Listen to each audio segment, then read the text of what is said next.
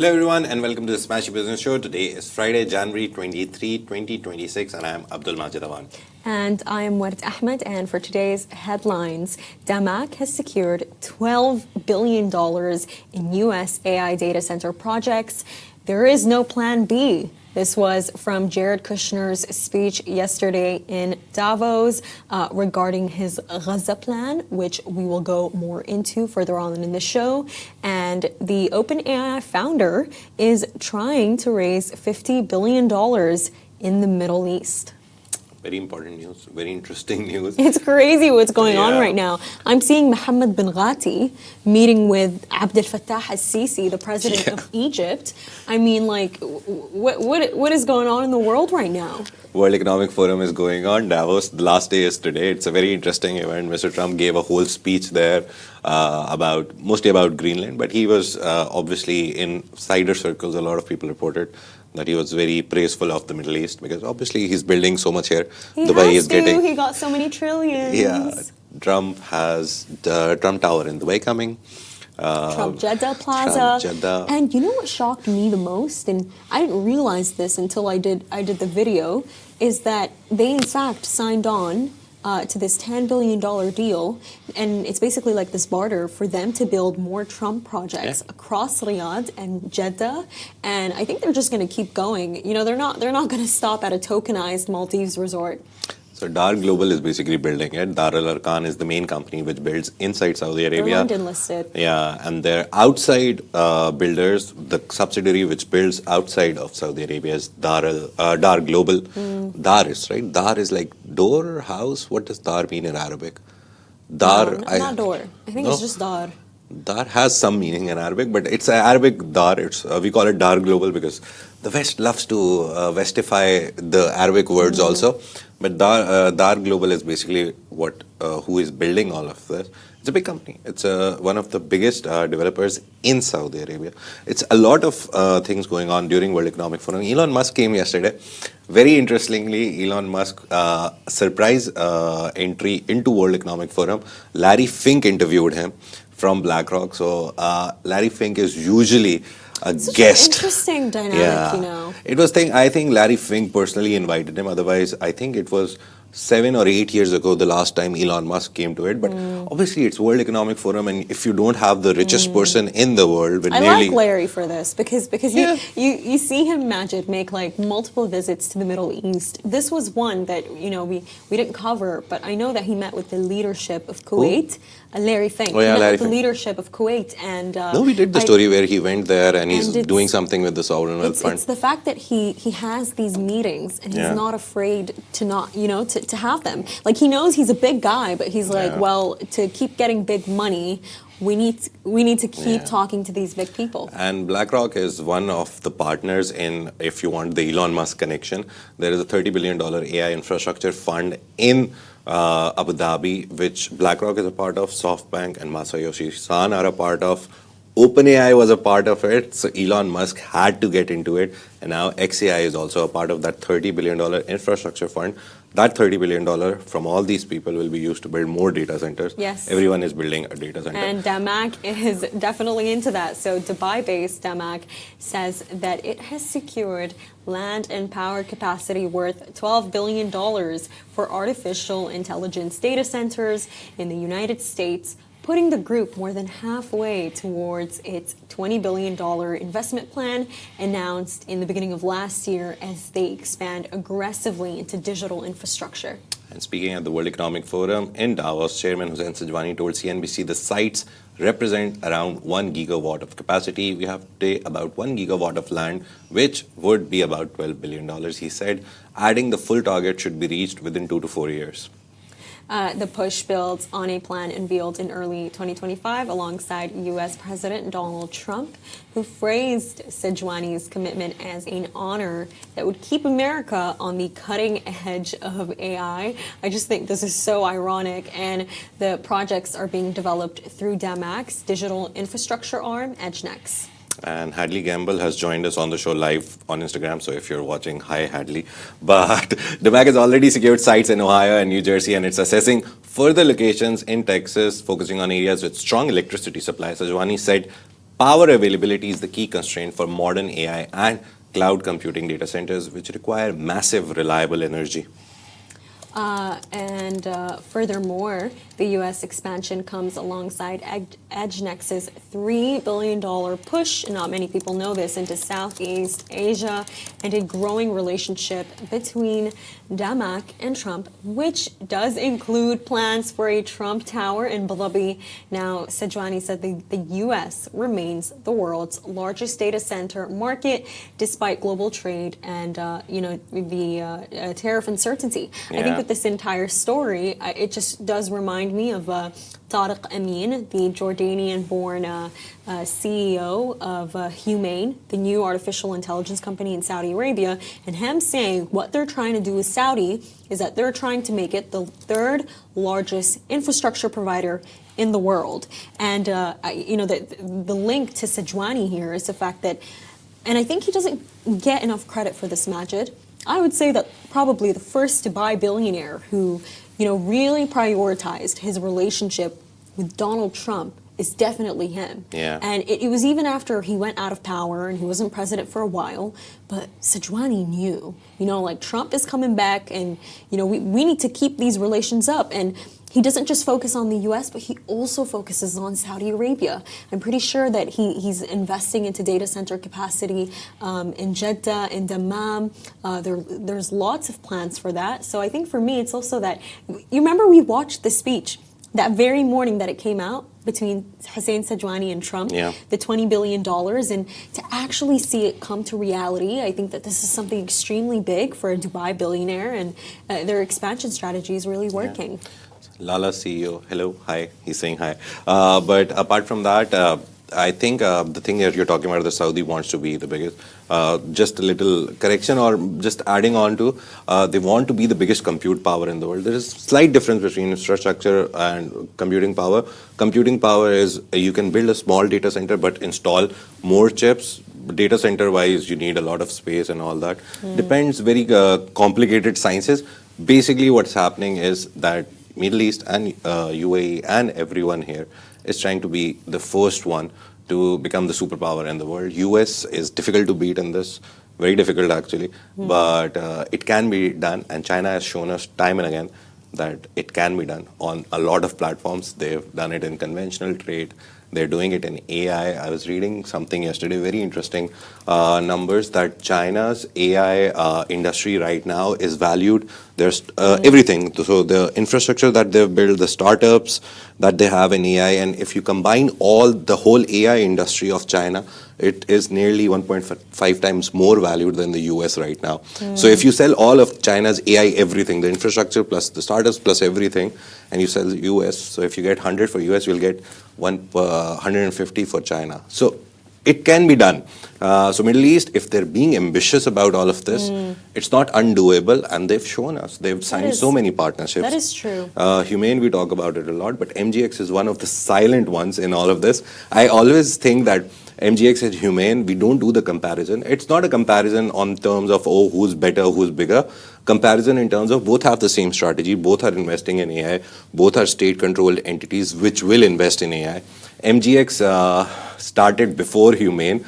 Humane is a little more flashier because I think I just think they have a lot of money.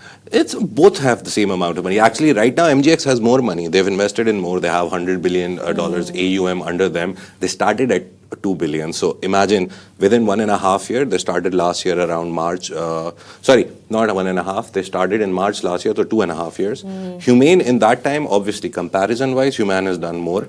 But I still think Humane is more flashier because of Tariq Amin. He comes from a digital background. He knows how to market the product better. But Abu Dhabi and UAE are very good at keep doing the stuff, but don't market it too much. MGX is great in this. They've invested in OpenAI. The recent meeting that we will talk about the story that he's coming here. He's not coming here to talk to anyone else apart from MGX, because MGX's whole role is to invest in AI. That's what it is made for.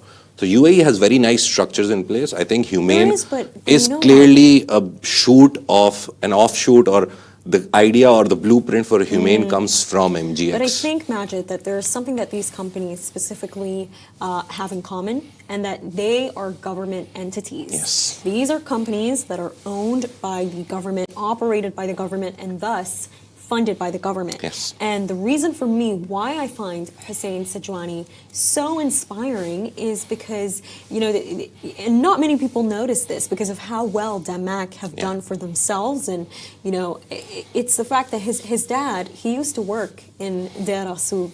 And he used to sell watches. Yeah. That's what his dad was up to. And, for them to take their company as far as they have, and I remember I was speaking to a former employee of DAMAC, and they were telling me something so crazy. They were like, Hussein Sajwani is so into the details that he will even look into what are the guests, what is the kind of food that the guests are being served in the events. And I mentioned him and him being inspiring because, look at it, Majid. When Stargate UAE, when the announcement came out, the largest data center outside of the US, it's coming to the UAE, to Abu Dhabi. We saw Elon Musk, according to the Wall Street Journal, he had a breakdown. He was like, damn, y'all didn't include me. But what I like about Hussein Sajwani is that, because notice how these different network of billionaires operate. For them to get richer sometimes, they include themselves in these projects, which is, hey, that's fair play. There's nothing wrong with that. But if you notice with Hussein Sajwani, his process, his strategy, it's been in growing his own business. Yes. He is not concerned about, joining the different big projects that are happening right now. And I know that they would probably love to, but rather growing their own independent wealth and business. And I think that this is something that does need to be emphasized. They really have, I think, that entrepreneurship grit that they don't, it's because I know a lot of people like to throw in, by the way, oh, they're just funded by royals. Oh, they just got the government's help. No, there are a lot of, entrepreneurs who have really built from the ground up. And I think that he's a good example of it. You look at all the stories in Dubai, in UAE, of all the guys who are big names, who we cover a lot. Al-Abbar, son of a trader, son of a captain of a ship. Hussein Sajwani, son of a person who was selling watches. Lulu, he's not Emirati, but Lulu founder, slept on the roof, was working at an uncle's bakala, small bakala, turned and built Lulu, which IPO'd last year, $2 billion they got from it. Every story starts from humble beginnings in this region, and that is the story of the region as well. It was a desert. There were people who were living in camps, and they eventually realized that there is a lot of power in unity. Saudi Arabia, UAE, we saw trucial states. Eventually, they became all together, and now we see this mammoth that has been created. It's just the power of unity. They all came together. If you're saying that someone was supported by the government or by the rulers or royals, what do you want? It was people with money and influence helping people who had nothing but had great ideas for the future. That is how countries grow. That is how economies are built. That is how civilizations are built. That people with money, power, or whatever they have, they bring that.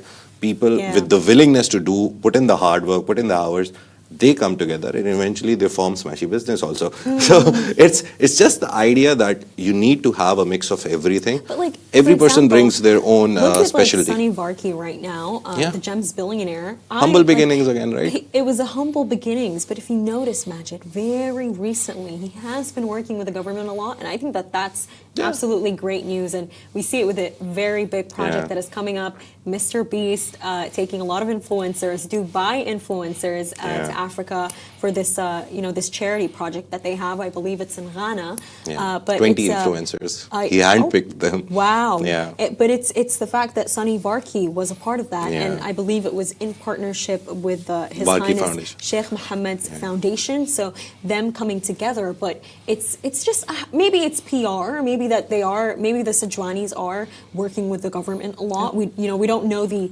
extent of it. There's a lot going on there, but sorry, before we move on, there's this one small thing that we didn't cover last year. It was more a charity thing, but we didn't cover it on business because it didn't make business sense. I think we covered one or two stories only. But there was a father endowment fund which was created last year. Just to add on to the example that these guys, if you say that they took someone's help, royals' help, government's help, or whatever from the whole country's help, eventually to build something. They give it back. Everyone was promising 1 million dirhams. I think the highest that I saw in that endowment was $10 million by one of the companies. So it's a very nice symbiotic relationship between the billionaires and the private companies and the government. The government supports them through everything that they have. The private companies build all of that, those services, industries for the government, because then the government markets all of these things for tourism. And eventually then these guys, when they become rich and make money, with the help of the government, they give it back in terms of charity, in terms of endowment campaigns. So it's not that just one person is giving and the other is taking. It's a very nice give and take relationship. So yeah, that's what's happening, but that's not what's going to happen in Gaza, right? It is. I would say they're taking right now. Yeah. So Jared Kushner, Trump's son-in-law and businessman, is facing backlash after presenting his Gaza master plan in Davos, where he was basically showing this slide deck for this new Gaza. And he was also breaking the territory into real estate development zones, boasting that there was no plan B. I saw that plan. I zoomed in onto it, and they just marked it randomly. You look at it's a history of colonization, and when those colonials left, they divided countries on the basis of their whims. They just drew lines and were like, okay, this is this, and we're leaving. Exactly looks like that. Actually, this one has better, straighter lines. I don't know how you divide some countries or regions on straight lines. It's impossible. But they're trying to do it, and Jared Kushner also claimed Middle East cities can be built in 2 to 3 years.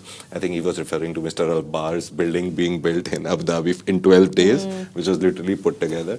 But it's not that easy. If he thinks it is, let's see. Even as demolition and rubble removal is already underway in Gaza, that's what he said. We don't see it. But he didn't mention of how many bodies are still being found under the rubble.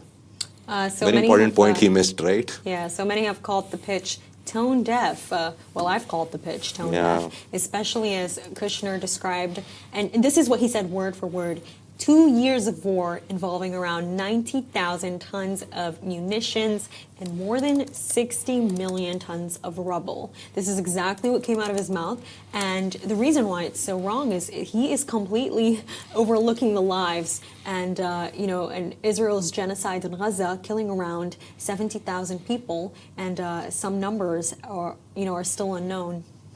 And despite generous funding from Middle Eastern backers for its venture fund Affinity Partners, QIA has invested, PIF has invested, Abu Dhabi EDI has also invested in Affinity Partners.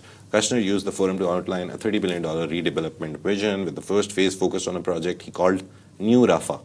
Why do we need New Rafah? We already have Rafah. So that framing jars, especially with Trump's Saudi speech, where he basically said the birth of a modern Middle East has been brought by the people of the region, as Kushner's language directly interferes with the regional trust, the diplomacy, the investment ties that is built with the region here. Yeah. I think the reason why many people have an issue with the entire proposal is the fact that his use of language is extremely derogatory. He just says those people, the people, and cities in the Middle East are just built within 2 to 3 years.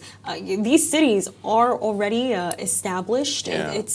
It's quite horrifying to really see how it went. I just think that with his entire speech, he definitely has undermined the progress of the new Gaza board, the peace board by Donald Trump, because you obviously see that there are a lot of Middle Eastern countries that are jumping on it. They're excited for this peace, and for him to come and use such language, I think it's disappointing to see. But much more than that, it does undermine and downplay what they're doing. I feel if you guys have access, actually everyone has access nowadays, just Google his speech. And if you want to know the crux of his whole speech, there is a point where he starts mentioning Israel, and then he says the Palestinian people. He doesn't say Palestine. He doesn't say Gaza. He never mentions it as a state. He says the state of Israel and the people of Palestine. He never mentions Palestine as a state. That shows you what they think and what the whole board of peace is about. It's a the Middle Eastern people invest. Saudi Arabia has signed it. Foreign Minister yesterday signed it. They're part of it now. Qatar has already signed it. They're part of it now. UAE has already signed it. Khaldoon al-Mubarak is also a part of it, the CEO of Mubadala. So the whole idea is that we talked about it in the start also, that there is going to be a whole board which was appointed on the basis of individuals. So that is there. But then state level contribution comes in terms of money. So yesterday I saw the whole list. It's a very long list of people who were brought as individuals. First, they made a board, and then to fund all the expansion and whatever you call it, or the reconstruction or rebuilding, now states have to come in also with their contributions. So it's a very complicated thing. A lot of people at the World Economic Forum called it another UN, and Trump was actually asked at World Economic Forum when he gave a speech 2 days ago, like, do you think this is an alternate UN that you're forming? And he was like, UN hasn't done what it's supposed to do. That is why I think my board of peace will do what the UN is supposed to do. I just don't think they let the UN do what they're meant to do. Yeah, and we he saw has it with veto the power. Humanitarian Foundation. So UN has a very simple structure. There is a Security Council which deals with all these problems.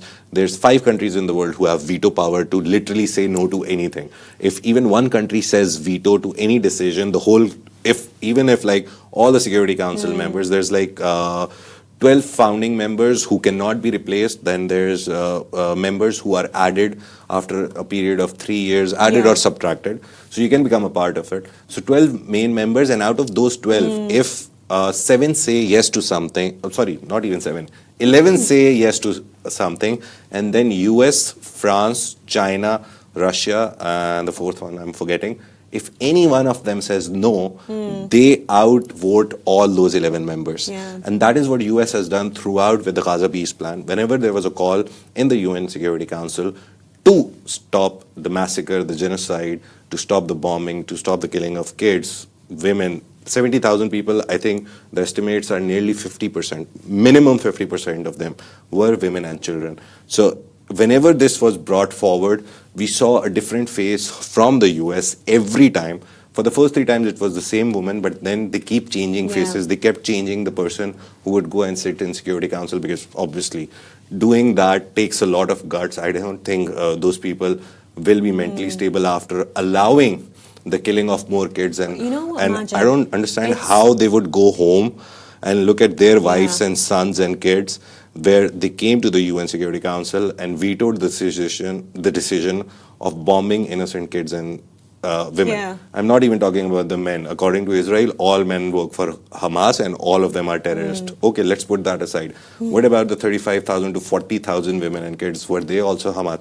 How does a 1-year-old, a 6-month-old, a 7-month-old, 1-month-old kid, as up to like 12-year-old kids, how do you think they're Hamas agents?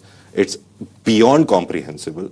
And that is what the whole contention is about this board of peace also. The way that they, really well said, Majid, the way that they put so many business processes in place, just like on a more ground level. Yeah. When that there was a time, and there were so many reports on this, of Palestinians, having to walk for a really long amount of time to basically go and receive the aid that the UN is sending. And every single time they would go, this aid, it was also being provided by Gaza Humanitarian Foundation.